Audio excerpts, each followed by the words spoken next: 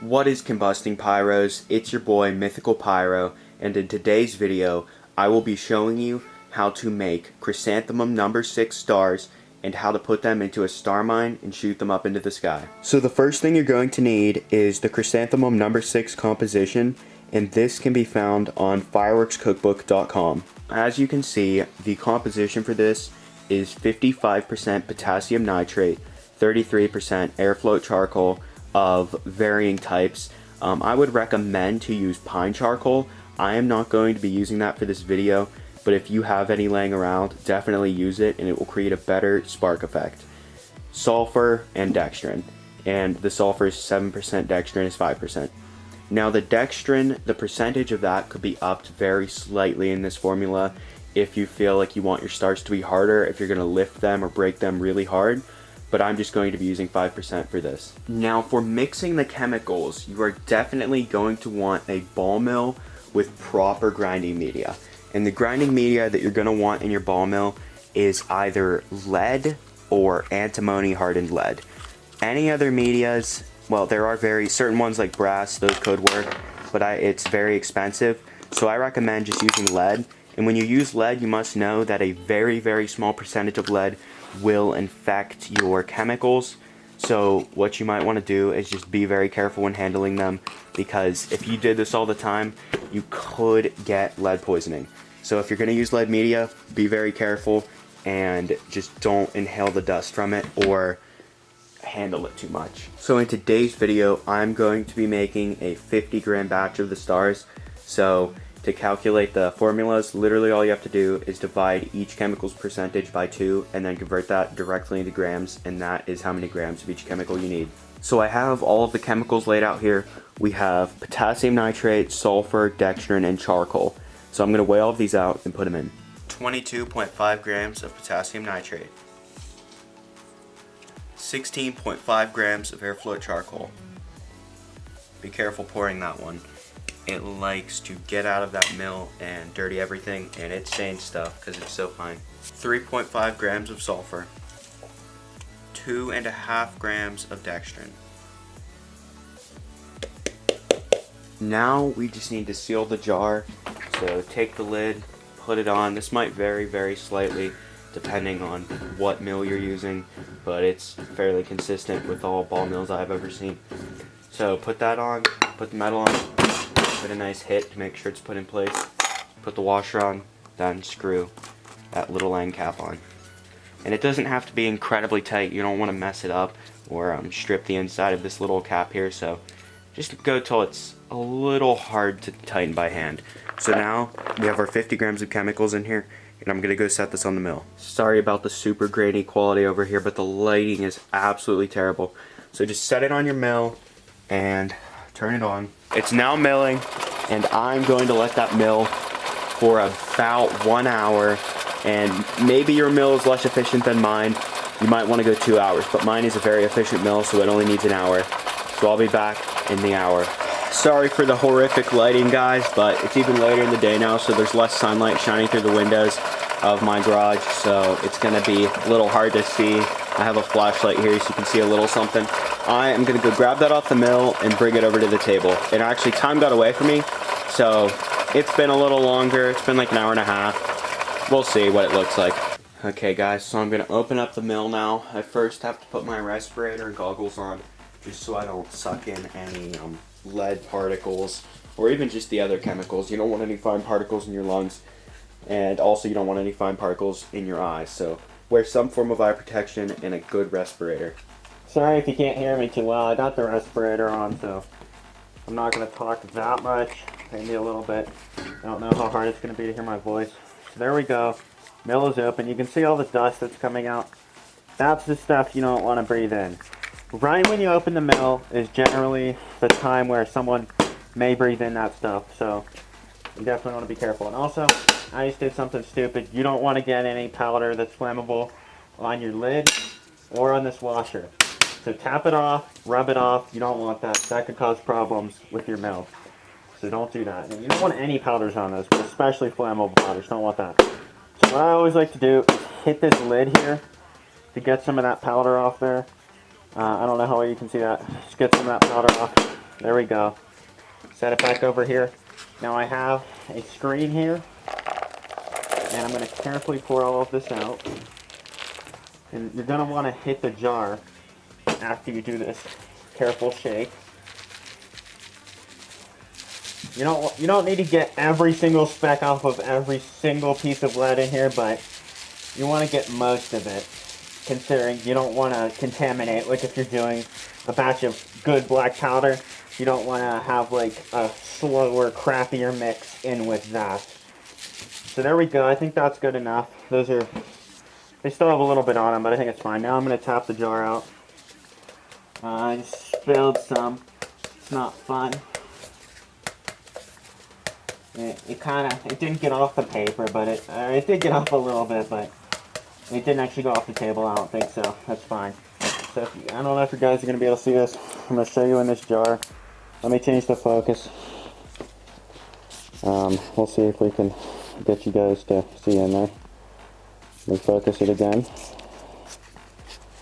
Okay, I'm doing manual focus, so there's a little bit on the sides, but I think that's well enough cleaned out for my standards.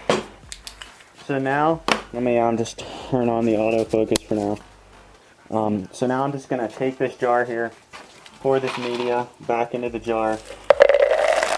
I dropped one, that's fine. Pick it up, throw it back in there. Now we have the jar. We can take that, seal it back up, and that'll just be ready for next time. So I'll see you guys back in a second when I have this sealed up and all this powder is like in one pile. So I went handheld here so you guys can see this powder and just how fine it is. Let me get this focused in properly.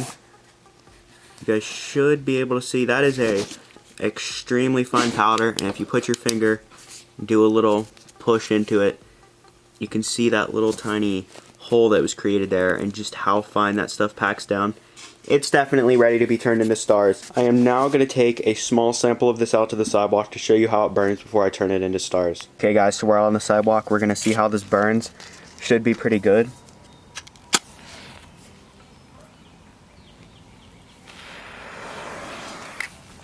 See how many sparks? That's going to be great. Perfect burn rate. Not too fast, not too slow, and a ton of sparks. That's exactly what you want to see from this. Now we are to the part of the process that is the messiest and usually the easiest to mess up. And that is the part where we take this composition here and wet it with some water and alcohol and cut it into little square stars. Now that right there, that process takes some skill, which I don't know if I have, so we will see what happens. Okay, so now I will be doing the hardest part of the process, which is adding the correct amount of liquid. I will be adding about 50% of 91% isopropyl alcohol to 50% water. That is about the optimal for the water to activate the dextrin and for it to dry quick from the alcohol. So I think I'll speed this up, but I'm now going to add a little bit of water, a little bit of alcohol, and keep doing that until I get it to the correct Play-Doh-like consistency. So I think I'm just going to time-lapse this part.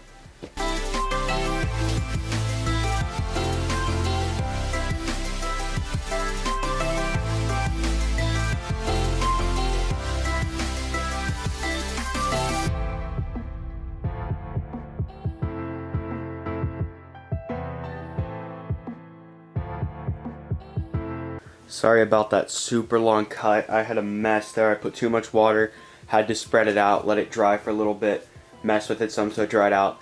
Now I have it rolled out. I just used my hands to crush the ball down. It's about 1/4 of an inch thick. I'm just gonna cut this into fairly small stars.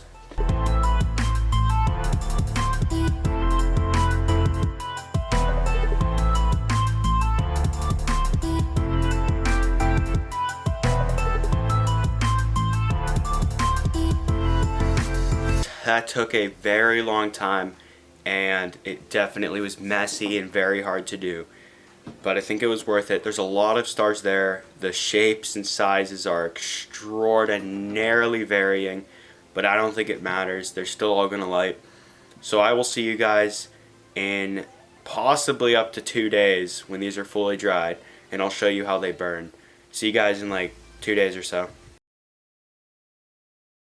Okay guys, so I'm back. It's been about 24 hours since the last clip I recorded, and a lot has happened in between that clip and this clip.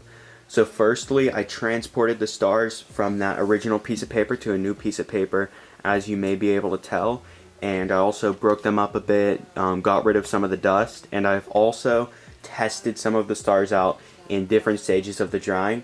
So right now they are completely dry, rock solid stars. As you can hear them hitting against my metal table. Very solid stars, and they are completely dry. So what I did to dry them was I let them sit in the garage until sometime this morning, and that would have been about 12 hours or maybe even like 14 hours of drying time. And then I put them out on the sidewalk, and it's a pretty breezy and sunny day, so they only sat out there for about 4 hours, but they dried very quick out there. So it's been only about 24 hours since the last clip I had, and so these are fully dry now. So right now I'll put up on screen a few of the videos that I took in between. So as you can see on screen right now, this is one of the stars that I tried to light last night, far before they were done drying.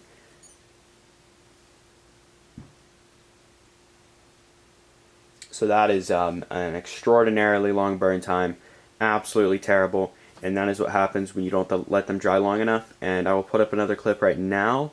And that clip right there was taken from today, once they were fully dry, and that is what you want to see. Okay, so I counted these out, and there's about 70 or so stars, and from the time that I cut them, I knew they were going to be very uneven in size, and that is still true now. And there's definitely, I mean, if you look, you can compare right here. There's one big one, one small one. I mean, it doesn't really matter. I'm just going to be doing some mines and possibly a shell with them. Not a big deal to me. Some people might care, but as long as I don't have like little crumbs and then like massive 4-inch stars, I don't really care. They're consistent enough for me. So now I will be constructing a mine out of these Chrysanthemum number 6 stars. Also, I must add that it's still light outside. By the time I build the mine, it should almost be dark, and I will be ready to go launch it. That tube right there will be the tube I will be launching my stars from. So I will now build the star mine and show you guys each step. Okay, so step number 1 is to put about a 4-inch piece of visco fuse into a small hole drilled near the base of this tube. So I'll put that in. Step 2 is to weigh out about 5 grams of stars. So I'll see what 5 grams gets me to. And that is 5.2. We're just going to go with 5.2. Next, we need to weigh out 10% of the weight of stars in good, very fast black powder, which I have right here in this container, and we are going to need 0.52 grams if we go by the 10% ratio. Okay, so that is now weighed out. I will pour that straight into our tube, right down, covering the fuse. Okay, black powder's in. I actually dropped a few grains here. I'll get them. I don't want to waste them. Every grain counts. There we go. So now we have the black powder in our tube. Then what I like to do is just take a small piece of paper, ram that down the tube. Don't compress too hard, but just put it in there as a little block between. Put all your stars in. Dropped one. And this is about 5.2 grams, as you saw. And then to top it off, I like to put a nice ball of paper. And don't ram this down too hard, or else it will crush your stars. Even if you think you have very hard stars, if you're pushing on them extremely hard with a wooden dowel, it will break them. So just push this down to get compression in there. You don't want to hit this with a hammer, you just want to use hand pressure. And that right there is good enough. So this mine is ready to launch right now. I will light it when it gets dark outside in approximately 1 hour. So I'll see you guys outside when it is dark.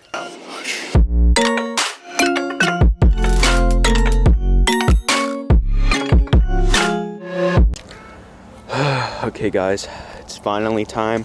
I have the star mine out here. We're gonna light the fuse and run, and we will see how good this is.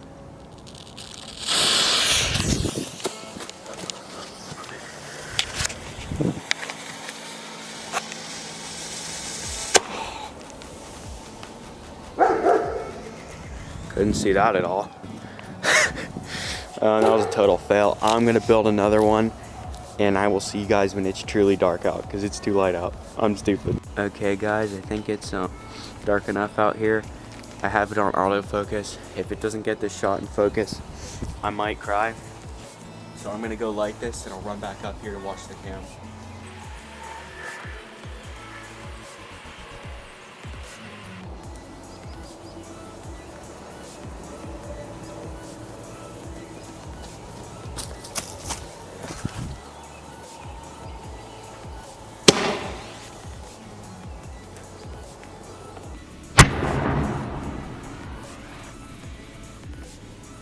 Thanks for watching the video, guys. If you liked it, make sure to like the video, and if you really liked it, make sure to subscribe and ring the bell near to the subscription button if you want to get notifications for any future videos I upload. Mythical Pyro, signing out.